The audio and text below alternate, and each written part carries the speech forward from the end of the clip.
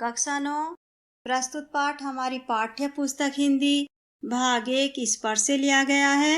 तो बच्चों, आज हम दुख का अधिकार नामक पाठ 2 के प्रश्नोत्तर करेंगे। मैंने इसका एक्सप्लेनेशन भी किया है, आप लोगों को लिंक डिस्क्रिप्शन में मिल जाएगा। तो पहला प्रश्न है, किसी व्यक्ति की पोशाक को देखकर हमें क्या पता चलता है? उत्तर है, किसी व्यक्ति की पोशाक को देखकर हमें उस व्यक्ति की आर्थिक स्थिति का पता चलता है। प्रश्न 2, खरबूजे बेचने वाली स्त्री से कोई खरबूजे क्यों नहीं खरीद रहा था? उत्तर है, खरबूजे बेचने वाली स्त्री से कोई खरबूजे इसलिए नहीं खरीद रहा था क्योंकि वह अपने मुंह को कपड़े से छिपाए सिर को घुटनों पर रखे बहुत बुरी तरह से रो रही थी, और यह भी एक कारण था कि वह बिना तेरहवीं किए फल बेचने आ गई थी। प्रश्न 3, उस स्त्री को देखकर लेखक को कैसा लगा?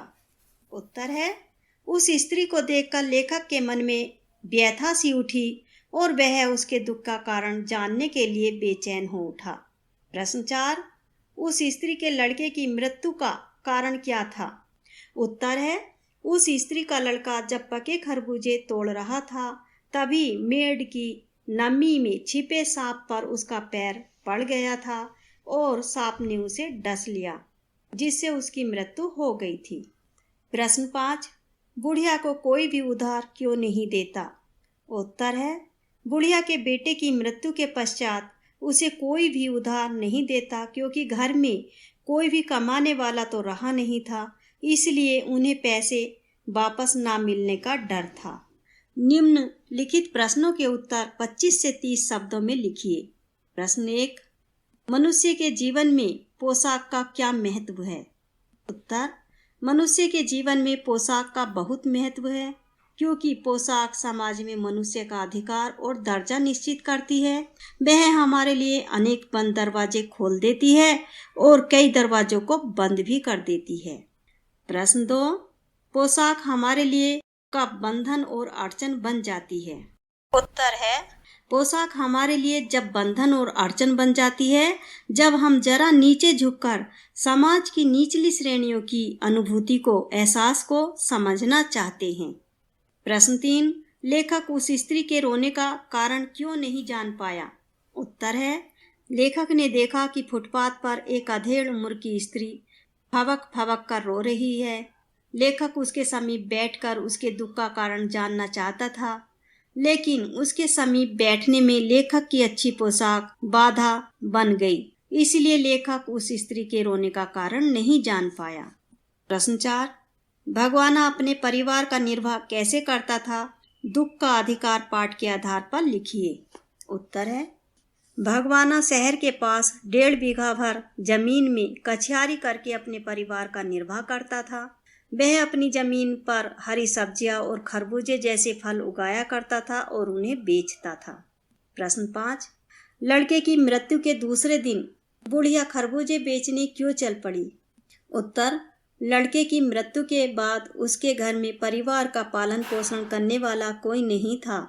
बच्चे भूख से बिलबिला रहे थे और भगवाना की पत्नी बुखार से तप रही थी। बेटे के बिना बुढ़िया को कोई उधार देने के लिए भी तैयार नहीं था, इसलिए बुढ़िया बेटे की मृत्यु के दूसरे दिन ही खरबूजे बेचने चल पड़ी।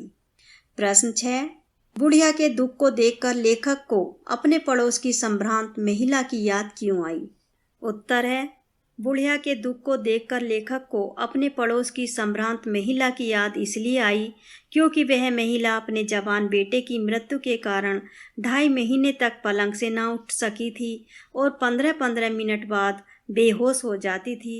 उसके दुख से सभी लोग दुखी हो उठे थे, जबकि बुढ़िया को पुत्र की मृत्यु का शोक मनाने का भी समय नहीं मिला। उसे खरबूजे बेचने बाजार जाना पड़ा। निम्नलिखित प्रश्नों के उत्तर 50 से 60 शब्दों में लिखिए। प्रश्न 1, बाजार के लोग खरबूजे बेचने वाली स्त्री के बारे में क्या क्या बात कर रहे थे? अपने शब्दों में लिखिए। उत्तर है, बाजार के लोग खरबूजे बेचने वाली स्त्री के बारे में नफरत से बातें बना रहे थे। कुछ लोग उसे बेहा और कुछ धन का लोभी मान रहे थे। कोई कह रहा था कि इसके घर में सूतक चल रहा है और यह खरबूजे बेचकर लोगों का ईमान धर्म खराब कर रही है। प्रश्न 2, पास पड़ोस की दुकानों से पूछने पर लेखक को क्या पता चला? उत्तर है, पास पड़ोस की दुकानों में पूछने पर लेखक को पता चला कि उसका 23 साल का जवान लड़का था। घर में उसकी बहू और पोता पोती हैं। लड़का शहर के पास 1.5 बीघा भर जमीन में कछियारी करके निर्वाह करता था। खरबूजों की डलियां बाजार में पहुंचाकर कभी लड़का स्वयं सौदे के पास बैठ जाता और कभी माँ बैठ जाती। परसों सुबह मुंह अंधेरे खेत में से पके खरबूजे चुन रहा था। गीली मेट की तरावट में आराम करते सांप पर उसका पैर पड़ गया और सांप ने लड़के को डस लिया। ओझा के झाड़ फूंक आदि का उस पर कोई प्रभाव न पड़ा और उसकी मृत्यु हो गई। प्रश्न 3, लड़के को बचाने के लिए बुढ़िया माँ ने क्या क्या उपाय किए? उत्तर है, लड़के को बचाने के लिए बुढ़िया माँ जो कुछ कर सकती थी वह सभी उपाय किए। वह बावली सी होकर झाड़ फूंक कराने के लिए ओझा को बुला लाई। सांप का विष निकल जाए इसके लिए नागदेव की पूजा भी कराई। घर में जितना आटा अनाज था वह सभी दान दक्षिणा में ओझा को दे दिया, परंतु दुर्भाग्य से लड़के को नहीं बचा पाई। प्रश्न है, लेखक ने बुढ़िया के दुख का अंदाजा कैसे लगाया? उत्तर, लेखक बुढ़िया के दुख का अंदाजा लगाने के लिए पिछले वर्ष अपने पड़ोस में पुत्र की मृत्यु से दुखी संभ्रांत महिला की बात सोचने लगा कि कैसे वह पुत्र वियोग में वह संभ्रांत महिला 2.5 माह तक पलंग से ना उठी। उसे 15-15 मिनट बाद मूर्छा आती। आंखों से आंसू रुकने का नाम नहीं ले रहे थे। पूरा शहर उस संभ्रांत महिला के दुख से दुखी था। प्रश्न 5, इस पाठ का शीर्षक दुख का अधिकार कहाँ तक सार्थक है स्पष्ट कीजिए।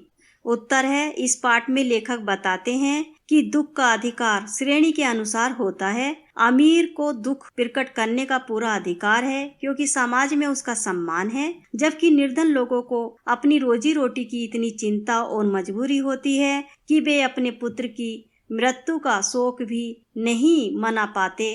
निर्धन लोगों के पास गम मनाने के लिए न समय है और न सुविधा है और समाज भी उन्हें नीची दृष्टि से देखता है। इसलिए दुख का अधिकार शीर्षक पूर्णतः सार्थक है। निम्नलिखित के आशय स्पष्ट कीजिए। प्रश्न 1, जैसे वायु की लहरें कटी हुई पतंग को सहसा भूमि पर नहीं गिरने देती हैं, उसी तरह खास परिस्थितियों में हमारी पोशाक हमें झुक सकने से रोके रहती है। उत्तर है, लेखक के अनुसार पोशाकें समाज को अलग अलग श्रेणियों में विभाजित करती है। अच्छे एवं साफ सुथरे कपड़ों से अमीर लोगों की पहचान होती है और फटे पुराने गंदे कपड़ों से गरीब लोगों की पहचान होती है। इसलिए अच्छी पोशाक वाला व्यक्ति चाहते हुए भी निर्धन लोगों के पास नहीं जा पाता, क्योंकि कपड़ों की गरिमा उसे ऐसा करने से रोकती है। जिस तरह कटी हुई पतंग अपनी इच्छा से नहीं बल्कि हवा की इच्छा अनुसार जमीन पर गिरती है, इसी तरह लेखक की संभ्रांत पोशाक भी उसे अपनी इच्छा के अनुसार कार्य करने से रोकती है। प्रश्न 2, इनके लिए बेटा बेटी खसम लुगाई धर्म ईमान सब रोटी का टुकड़ा है। उत्तर, प्रस्तुत पंक्ति हमारे समाज की उन कुरीतियों और बुराइयों की ओर संकेत कर रही है जो व्यक्ति को उसकी आर्थिक स्थिति से तोलती है। बुढ़िया का बेटा मर चुका है। घर में बीमार बहू और भूख से बिलबिलाते बच्चे हैं। घर की रोटी रोजी सब्जी फल बेचकर ही चलती है। भूखे बच्चों के लिए रोटी की व्यवस्था करने के लिए बुढ़िया बाजार जाकर खरबूजे बेचने बैठ जाती है। उत्तर है, प्रस्तुत पंक्ति हमारे समाज की उन कुरीतियों और बुराइयों की ओर संकेत कर रही है जो व्यक्ति को उसकी आर्थिक स्थिति से तोलती है। बुढ़िया का बेटा मर चुका है। घर में बीमार बहू और भूख से बिलबिलाते बच्चे हैं। घर की रोजी रोटी सब्जी फल बेचकर ही चलती है। भूखे बच्चों के लिए रोटी की व्यवस्था करने के लिए बुढ़िया बाजार जाके खरबूजे बेचने बैठ जाती है। और बाजार में बुढ़िया को लोग कहते हैं कि इस बुढ़िया के लिए ना तो बेटा बड़ा है, ना बेटी, ना पति, ईमान धर्म तो कहीं है ही नहीं। जो कुछ है सब पैसे या रोटी का टुकड़ा है। समाज की यह सोच कितनी छोटी है, घृणित है, इससे इसका अनुमान लगाया जा सकता है। प्रश्न 2, शोक करने गम मनाने के लिए भी सहूलियत चाहिए और दुखी होने का भी एक अधिकार होता है। उत्तर है, यह व्यंग अमीरी पर है, क्योंकि समाज में अमीर लोगों के पास दुख मनाने का समय और सुविधा दोनों होती हैं। शोक मनाने और गम मनाने के लिए सहूलियत चाहिए। दुख में मातम मनाना सभी चाहते हैं, चाहे वह गरीब है या अमीर। लेकिन गरीब विवश होता है, उसके पास दुख मनाने का ना तो समय होता है और ना सुविधा होती है। All the very best. Thank you. Bye.